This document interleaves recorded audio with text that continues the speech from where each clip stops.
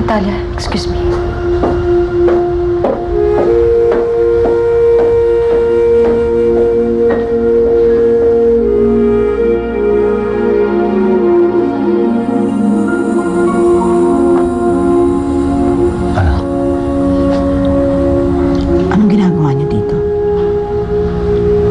Sanang humingi ng tawad. Patawarin mo ko sa lahat ng nagawa ko sa iyo at sa mama mo.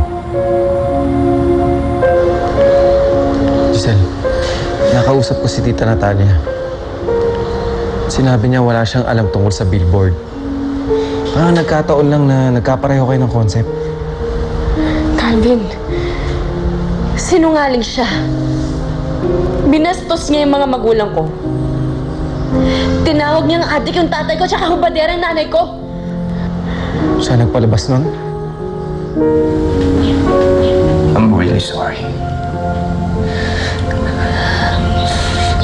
Pero paano mo nalaman na hindi ka ang tunay naming anak ni Natalia?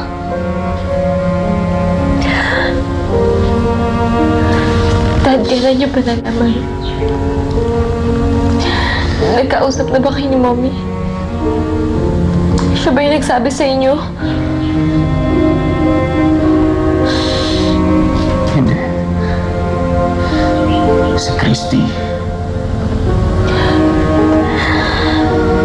Kaya pala umiiwas sa akin ng Mommy. Dahil alam niya na. Hindi ko sana kayo gustong iwanan noon, pero pumatay kayo ng tao. Natalia.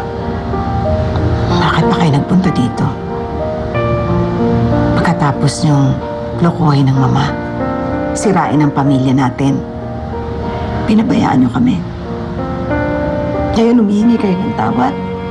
Bakit pa? Calvin, nagawa na niya ako ipakulong. Hindi na siya magdadalawang isip na ipalabas yung mga kasinungalingang yun, lalo na galit sa akin si Adriana. Kung matagal mo na alam na hindi ikaw ang tunay namin na anak,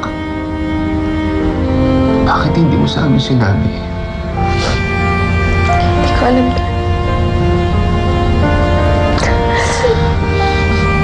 Kulong-kulo na yung isip. Nung una nga akala ko si Paulina yung mommy ko. Tapos, sa mommy Natalia pala. Pero ngayon, Dad, di ko na alam. Dad, kayo yung tinuturing kong ama. Kaya please, huwag niyo po akong iiwan. Please, Dad.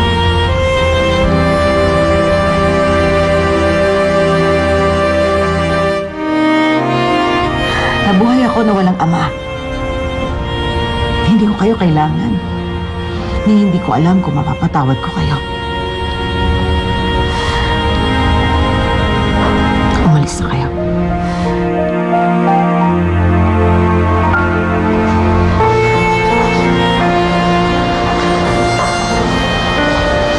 Stefan, ikaw ba may pakananang gulong to? Calvin, wala akong sinasabi kay Giselle. Isa pa, she has a mind of her own.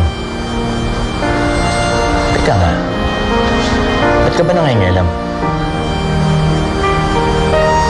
Di ba't pinag-usapan na natin to? Ikaw pa nga nagsabi sa akin na pinahubay mo na sa akin si Giselle, diba?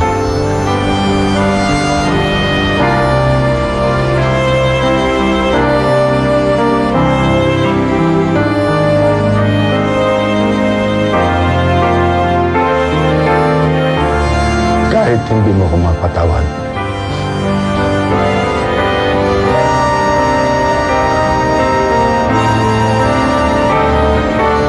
gusto ko lang malaman mo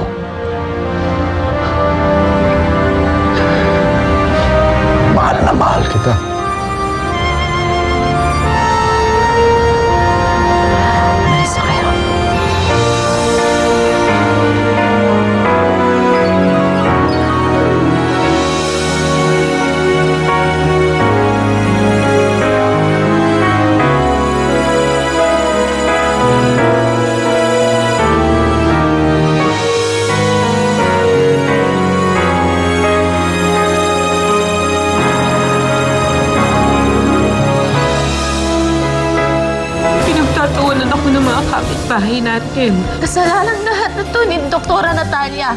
Dumating na nga pala yung result ng DNA test. Kailangan ko mabura si Giselle sa buhay ko. Dahil siya lang yung nakikita kong sagapal para masecure yung status ko. Kahit nakaratay ka na sa kama mo, kayamanan mo pa rin ang inaatupag mo. Claudia, totoo ba ito? Nagtapat ako kay Galvin at sinabi ko sa kanya na mahal kita. Ang gusto ko lang naman, mawala sa panganib ang buhay ni Carl at ng anak namin. Mahal ka pa din ni Carl at sigurado kung makakatulong siya para maipakulong si George. Paulina, gusto kong malaman kung natatanggap mo pa ba ako.